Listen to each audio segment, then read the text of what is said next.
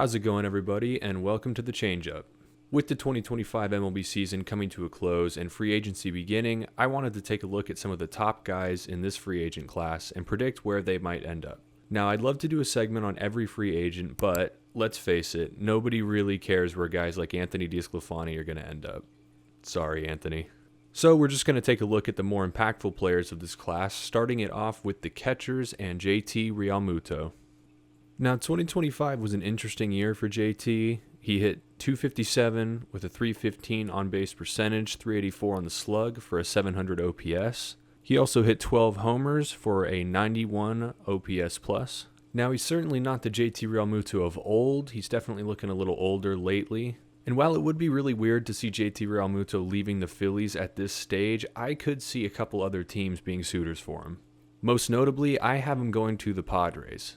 Now, the Padres are still in a championship window, and they got awful production from the catching position in 2025, so I could definitely see them going for JT Realmuto in this offseason. Up next, let's take a look at the first baseman this year, starting it off with the most notable first base free agent, Pete Alonso. Now, Pete's a guy that adds a lot of value to a team. He's a guy that you can pencil in for 35 to 40 home runs a year. And while he's realistically probably more of a DH at this point, he plays an atrocious first base. He adds a ton of value with his bat, and he's a guy that I could see a lot of teams wanting. Now, I've seen the Red Sox be tossed around as a potential suitor for Alonso, and I think that gets a little complicated because he's still got Casas, and I think they want to give him one more shot. I also think that adding Pete Alonso on a contract that will probably not look great in a couple of years here, while just getting rid of the Rafael Devers contract, which is essentially the same player, I don't know if that would be the best course of action for the Red Sox at this point. So ultimately, I do have him going back to the Mets. I think it makes too much sense. I think he's a big part of their offense, and they would really feel it if he were to leave. Pete gets a lot of heat, but realistically, he is one of the best hitters on that team and one of the best hitters in baseball, so I think the Mets would be stupid to let him go. Now on to Josh Naylor, and I also have him re-signing with his team, the Mariners. Now, the Mariners are undoubtedly building something special over there in Seattle, but the same common themes prevail in which they need bats. I think Naylor fit in pretty well over there, and unlike Suarez, didn't really have too big of a drop-off in production after coming over, so I could see them totally re-signing him. Now, I know the Mariners don't usually spend in free agency, but I don't think Naylor's contract's going to be too large, so I think they can get a deal done. On to Ryan O'Hearn, and I have Ryan O'Hearn going to the Rangers. I think O'Hearn would be a perfect platoon mate with Jake Burger over there at first base, and the Rangers have expressed that they don't really want to spend money coming up here, and I think that O'Hearn's contract would be short and cheap. And while O'Hearn's production dropped off a little bit after coming over from the Orioles, I think any production the Rangers can get over there at first base would be a win for them. Last but not least, we have Luis Arraez, who I have going to the Angels. Now, I know it's not the most clean fit of all time. I know that they have Nolan Schanuel at first base, and I know that they have Christian Moore at second base, but anytime there's something like this going on with a guy who might have a weird contract, I don't know. I tend to lean Angels. Now, while he is kind of a singles merchant, I do think he provides a lot of value to a team like the Angels who are doing anything they can to make the playoffs. Moving on to the second baseman, and we're going to talk about Gleyber Torres. Torres had himself a nice year with the Tigers last year, hitting .256 with a .358 on-base percentage, .387 on the slugging, with an OPS plus of 108. Now, for all intents and purposes, I do think the Tigers should bring a guy like Gleyber back, but spoiler alert for later in the video, I do have someone bigger going to the Tigers, so I will have Gleyber leaving. As far as fits go, I like the Giants here. Now, Gleyber does have the qualifying offer attached to him, which might limit his market quite a bit, but I do see the Tigers making a bigger splash this offseason. Their offense desperately needed some help, and I don't think they're going to sign both a big name and Gleyber Torres at the same time. I also think the Giants would be a good fit for Gleyber. They need more production coming from the second base spot. I do think Casey Schmidt is a fine Major League Baseball player, but I think if the Giants are serious about winning here, they need some better production coming out of that spot. We got Jorge Polanco coming up next, and I have him returning to the Mariners. It seems like the Mariners unlocked something with Jorge Polanco, giving him more time at DH, and I think they're going to need every bit of help they can get in the lineup, and why not just re-sign the guy that already has had success in Seattle? Moving on to the shortstops, and one of the biggest names of this free agent class, Bo Bichette. Now, Bo is one of the best hitters in baseball, no question about it. He's a guy who consistently hits over 300 every year, but he's pretty terrible at shortstop. If you're signing him, you're more than likely considering the fact that he will either move to second base at some point or just be a straight-up DH. Now, there's a number of teams that could be a fit for him, but in my mind, I don't see the Blue Jays losing him. With all the money those guys have and the fact that Bo Bichette himself has said that he wants to remain with the Blue Jays, I just don't see how a deal doesn't get done there. I do think, of course, some other teams could be in the mix. I think the Tigers could be in the mix if they want to make a big splash there. I think the Giants could be in the mix if they really want to make a statement and put him at second base. But ultimately, I do think Bichette wants to sign as a shortstop, and I do think it'll be with the Blue Jays. Up next, we got Ha-Seong Kim, and I can see Ha-Seong Kim going back to the Braves. Now, Kim was pretty solid for the Braves after coming over from being DFA'd from the Rays, and I think that the fact that he will be relatively cost-controlled and the fact that he played so well will make him a pretty prime target for the Braves this offseason. Up next, we got the third baseman, and let's talk about Munetaka Murakami. Now, a lot's been made of Murakami's defense and his inability to stick at third base, the fact that he will probably be a first baseman/DH in the long term. But when you've got 80 grade raw power, that doesn't really matter too much. And while he's a guy that also struggles with the swing and miss, I think he'll have plenty of teams wanting his services. And I do ultimately think he ends up on the Dodgers.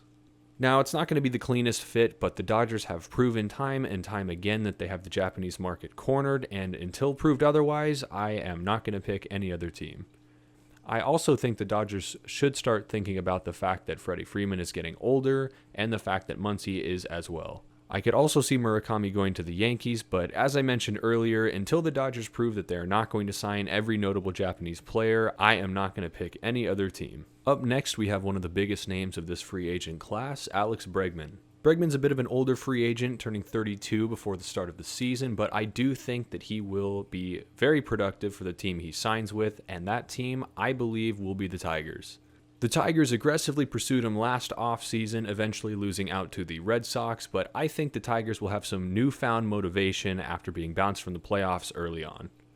Now, while I'm not sure what his hitter profile will be at a park like Comerica, more of a spacious ballpark than Fenway, I do think that he will be a solid signing, and I want the Tigers to spend some money and really go for it here.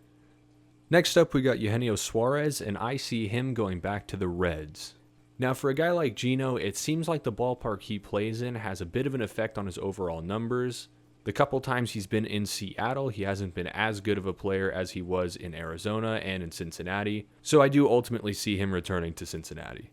The Reds definitely need some more thump in that lineup, and Suarez's 40-plus home runs last year will definitely add some.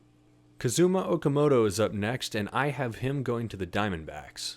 Now, the Diamondbacks got some pretty bad production from the third base position after trading Suarez to the Mariners last trade deadline. And they're definitely in a win-now mode still, even with some of the injuries they've been dealing with. So I could see them taking a flyer on a guy that's probably going to cost less than a guy like Murakami, while potentially providing a higher floor as well. Onto the outfield, starting off with Cody Bellinger, I have him returning to the Yankees.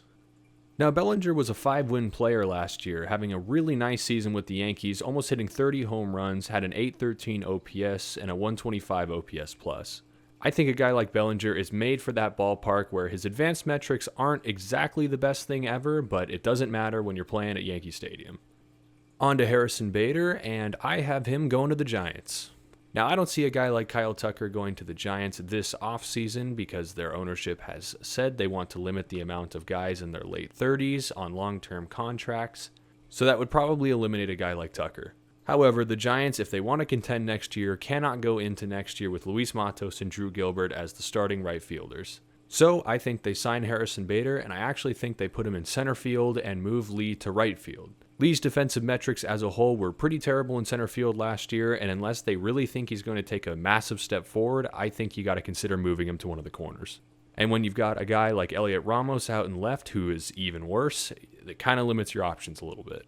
Speaking of the man himself, this offseason's biggest free agent name, Kyle Tucker, I have going to the Phillies. Now, Tucker's an interesting guy because the contract he's going to command is going to severely limit the amount of teams he can actually sign with. And while there's rumblings about him signing with the Dodgers, I'm not sure if that's the best fit. Yes, the Dodgers need a right fielder badly, and yes, they have all the money in the world, but they also have a tendency to only spend money on guys that they really, really want. Is Tucker going to be that guy for them? Well, I guess the only people that really know that are the Dodgers front office.